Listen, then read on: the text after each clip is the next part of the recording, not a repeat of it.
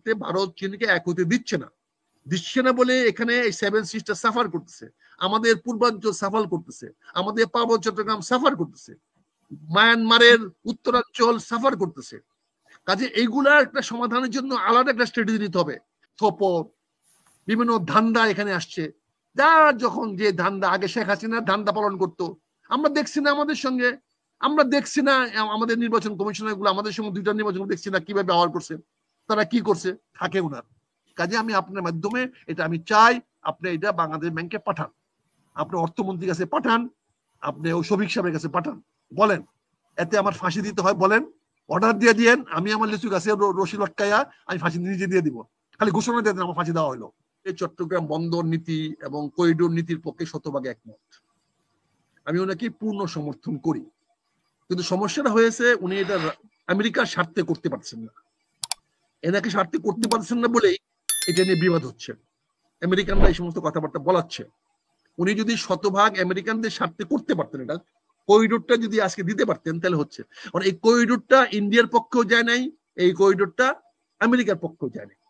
এই চট্টগ্রাম বন্দর যেভাবে উনি ব্যবহার করতে দিয়ে যাচ্ছেন, তাতে আমেরিকান ব্যবসায়ীর লাভবান হবে না, আমেরিকার স্বার্থ উদ্ধার হবে না, এখানে আমেরিকানদের কন্ট্রোলে থাকবে না। এই নৌপথটা, বঙ্গোপসাগরের নৌপথটাকে আমরা আমেরিকাকে দিচ্ছি না বলে আমেরিকানরা এখন রাজি হচ্ছে না। কিন্তু উনি যে পদক্ষেপটা নিয়েছেন, এই পদক্ষেপটা সঠিক এবং বাংলাদেশের জনগণের স্বার্থে। এখন উনি যদি আমেরিকাকে কনভিন্স করে এটা করাইতে পারেন, করিডোরটাকে দিতে পারেন, আমি মনে করি, ব্যক্তিগত মনে করি এটা বাংলাদেশের জন্য ভালো হবে, উন্নত হবে। সিঙ্গাপুর এই লিজ দিয়ে সিঙ্গাপুরে ক্ষতি হয় নাই, সিঙ্গাপুরকে ফ্রি পোর্ট করে সিঙ্গাপুরে ক্ষতি হয় নাই, দুবাইকে ফ্রি পোর্ট করে দুবাইয়ের ক্ষতি হয় নাই, দুবাই সবাই আসতে পারে, কোনো ক্ষতি হয় নাই। এখানে যুদ্ধ জাহাজও সিঙ্গাপুরে আসতে পারে রিফুল করার জন্য, যুদ্ধ জাহাজও দুবাই যেতে পারে রিফুলিং করার জন্য, এখানে কোনো সমস্যা নাই। কিন্তু আমাদেরকে সাহস করে বলতে হবে এটা। এখানে চট্টগ্রামকে ফ্রি পোর্ট করলে বা টেকনাফকে ফ্রি পোর্ট করলে বা আমরা বঙ্গোপসাগরের মধ্যে আরেকটা ফ্লোটিং পোর্ট বানাইলে এটা দেশের জন্য ভালো হবে। এতে যদি বিদেশি বিনিয়োগ এখানে আনতে হয় আনবে, এটা সুযোগ হবে। এবং এটা ভারতের 7 সিস্টার বলেন এবং চীনেরও একটি অংশ বলেন, চীনের পশ্চিমাঞ্চল বলেন, চীনের পূর্ব দক্ষিণ পশ্চিমাঞ্চল বলেন, উত্তর পশ্চিমাঞ্চল বলেন, এটা অনেক কাজ হবে। চীনের বেজিং থেকে চট্টগ্রামের দূরত্ব আর বেজিং হয়ে ঘুরে মালাক্কা পলানি হয়ে আসা ভারত সাগরে পড়ার দূরত্ব অনেক বেশি, তার চেয়ে দূরত্ব অনেক কম চট্টগ্রাম বন্দর পর্যন্ত। চট্টগ্রাম বন্দর যদি আমরা সার্বজনীন করতে পারি, তাহলে বেজিং থেকে পর্যন্ত মালামাল আসবে এখানে, বেজিং থেকে রেলপথে মাল আসবে এখানে। কারণ এতে 28 দিনের মতো ট্রাভেল টাইম, শিপিং টাইম কমে যাবে যদি আমরা এটাকে এখানে বন্ধ বানাতে পারি। কারণ এখন যে মালাক্কা প্রণালী হয়ে যে ইন্ডিয়া বলে প্রশান্ত মহাসাগর থেকে যে ভারত মহাসাগর প্রবেশ করে, ওই এলাকাটা ঘুরে আসতে যে সময় লাগে প্রায় 1.5 মাস সময় লাগে। এই 1.5 মাস সময়টা রক্ষা হবে এখানে যদি বাই ট্রেন আমরা তৈরি করে ফেলি। ইতিমধ্যে ট্রেন রাস্তা আছে, এটা করে যাওয়া সম্ভব। ভারত চীন একত্রিত হলে পারলে করা সম্ভব। কিন্তু আমেরিকানরা তাদের স্বার্থে ভারত চীনকে এক হতে দিচ্ছে না বলে এখানে এই 7 সিস্টার সাফার করতেছে, আমাদের পূর্বাঞ্চল সাফার করতেছে, আমাদের পার্বত্য চট্টগ্রাম সাফার করতেছে, মায়ানমারের উত্তরাঞ্চল সাফার করতেছে। কাজে এইগুলা একটা সমাধানের জন্য আলাদা একটা স্ট্র্যাটেজি নিতে হবে। এবং এই স্ট্র্যাটেজি যেটা নিতে চাচ্ছেন ডক্টর ইউনূস সাহেব, আমি ওনার চরম বিরোধী হওয়ার পরেও ওনার এই পদক্ষেপকে আমি স্বীকার করি, আমি সমর্থন করি এবং শতভাগ সমর্থন করি। জামায়াত একটি রাজনৈতিক দল, তার তো যে কোনো কিছু চাওয়ার অধিকার আছে। জামাত কি চাইলো এটা তো আমি আমার প্রতিবাদ করার কিছু নাই, সমর্থন করার। সনদপত্র তো অনেকে চায়, কিন্তু এর জন্য জামাত চাইতে পারে জামাতের রাজনৈতিক কারণে সে তার জনগণকে তার পক্ষে নেওয়ার জন্য সে যে কোনো দাবি করতে পারে। এটা তো আমি একটা তার রাজনৈতিক প্রতিপক্ষ হিসেবে আমি তো সমালোচনা করতে পারি না। আমি তো রাজনৈতিক প্রতিপক্ষ, আমি তো তার কার্যকলাপকে ভালো লাগবে না, কারণ সে তো আমার সাথে কাজ করবে না। কাজে আমি তার সে যেটা চায় তার সঙ্গে আমি একমত, এটা তার অধিকার। রাজনৈতিক দল যে কোনো জিনিস দাবি করার অধিকার আছে, এটার সঙ্গে আমি শতভাগ একমত, এটার সঙ্গে আমার কোনো দ্বিমত নাই। সে যদি বাংলাদেশকে অন্য দেশে মানাতে চায়, এটা তো আমার কোনো আপত্তি করার কিছু নাই, আমার আপত্তি নাই। সংবিধান 10টা লিখলেও আমার কোনো আপত্তি নাই, কারণ তার রাজনৈতিক দৃঢ় দর্শন। সে রাজনৈতিক ভাবে সে যেটা করতে চাবে, সে জনগণের কাছে যাবে, সে যদি জনগণের ম্যান্ডেট পায় করবে। আমি রাজনৈতিক দল হিসেবে তার সমালোচনা করবো কেন? আমি বাধা দেওয়ার চেষ্টা করতে পারি, আমি সেটা করতে গেলে জনগণকে বুঝাতে পারি, কিন্তু তার থেকে তো আমি বাধা আমি বলতে পারবো না যে আমি ভালো না মন্দ। ভালো মন্দ বলার তো আমার কিছু নাই। কাজে এটা সে রাজনৈতিক পারে, সে তার বক্তব্য দিতে পারে। এটার সঙ্গে আমি যে কোনো রাজনৈতিক দলের রাজনৈতিক কর্মসূচি দেওয়ার অধিকার আছে, এটার সঙ্গে আমি শতভাগ একমত। এবং আমি বিশ্বাস করি এভরি ইন্ডিভিজুয়াল, প্রতিটা ব্যক্তি, দল, সংগঠন, রাজনৈতিক দল, তাদের মতামত দেওয়ার অধিকার আছে। যদি সে শতভাগ আমার সঙ্গে দ্বিমত পোষণ করে, আমি তার সে অধিকারকে আমি সংরক্ষণ করি, সে অধিকারকে আমি মান্য করি। বা এটা নিয়ে তো আমি 6 মাসে বুঝছি। ভদ্রলোকরা যখন মিথ্যা কথা বলে তখন সাধারণ মানুষ তো এগুলো কিছু বলতে পারে না। ভদ্রলোকের সামনে তো বলতে পারে না অসত্য কথা, মিথ্যা বলা যাবে না, অসত্য বলছেন বলতে হবে। আমরা যারা হোয়াইট কলার ম্যান, আমরা তো সারাদিন মিথ্যা কথা বলি। আমি নিজের ছেলেকে বলি বাসায় কলিং বেল থাকলে টিপলে বলে দে যে আব্বা বাড়িতে নাই। এটা আমরা ভদ্রলোকরা বলি। সাধারণ গরিব মানুষের কথা বলে না, সাধারণ মানুষের কথা বলে না। আমি আমার ছেলেকে শিখাই দিই মিথ্যা কথা বলতে, বলে দে আমি বাড়িতে নাই, বাসায় নাই। টেলিফোন আসলে বলে দে আমি নাই। এটা তো ভদ্রলোকরা বলে, বড় বড় ভদ্রলোকরা বলে, বড় বড় শিক্ষিত লোকেরা বলে। এবং কে বলে না এরকম একটা লোক দেখান, বলেন। আপনি দেখেন না টেলিফোন দুইটা ব্যবহার করে, একটা পিএস এর কাছে রাখে, ওই পিএস এ ফোন করলে দেখবেন স্যার ব্যস্ত আছে। ওই পিএস কে যতবার টেলিফোন করবেন ততবারই বলে ব্যস্ত আছে। এটা কে বলে? শিক্ষিত লোক বলে। গরিব মানুষ দুটা টেলিফোন রাখে বলেন? বরং গরিব মানুষ টেলিফোনটা আসলে খুশি হয়, আল্লাহ আমার ছেলে করছে কিনা, মা করছে কিনা, বাবা করছে কিনা, কেউ খুশ খবর নিতেছে কিনা, সে খুশি হয়ে টেলিফোনটা ধরে। আর আমরা যারা ভদ্রলোক, হোয়াইট কালার ম্যান, আমরা আমার লোককে বলে দে আমি ব্যস্ত। এটা কে বলে?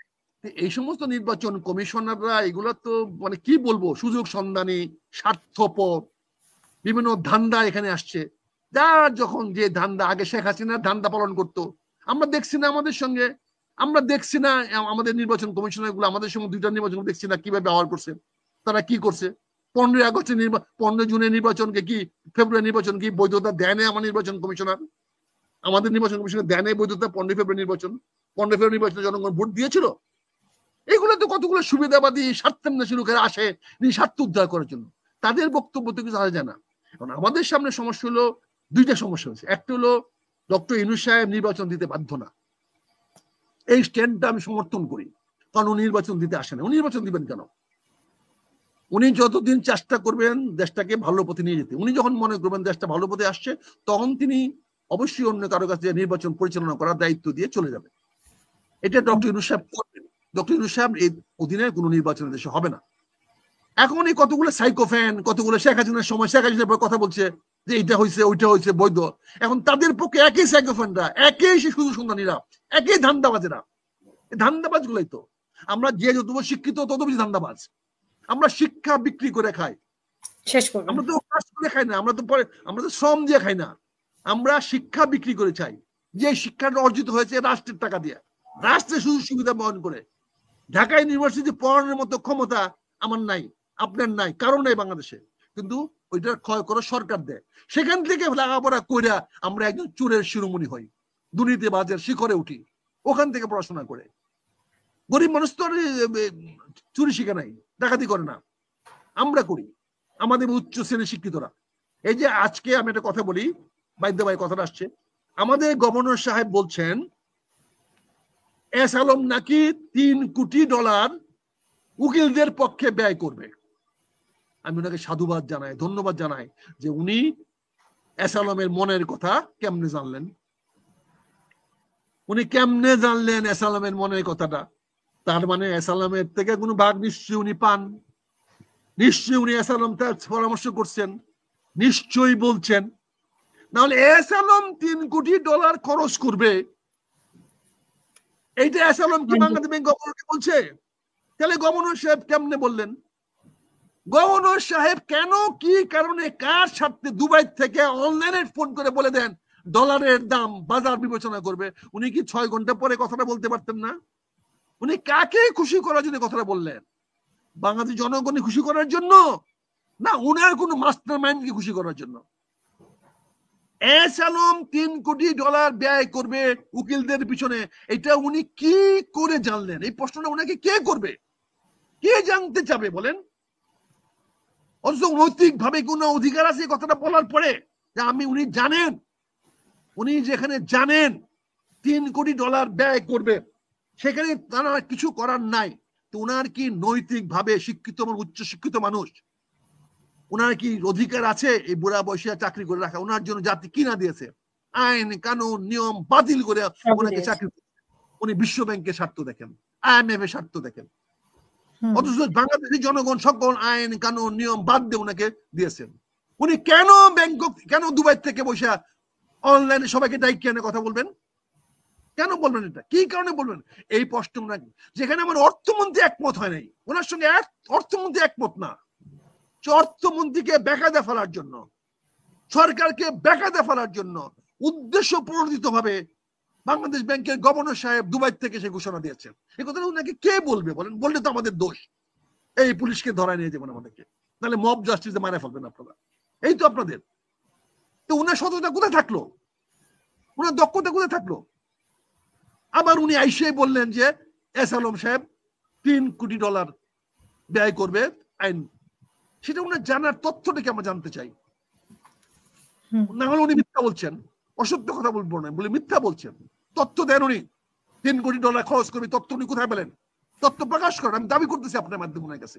আমার এই ভিডিওটা আপনি পাঠান ওনার কাছে, বাংলাদেশ ব্যাংকে পাঠান, পাঠায় বলেন আমি জানতে চাই ওনার কাছ থেকে উনি এই $3 কোটি যে এস আলম ব্যয় করবে এই তথ্য উনি কোথায় পেলেন? উনি কোথায় পেয়েছেন, তাও আবার দুবাই থেকে।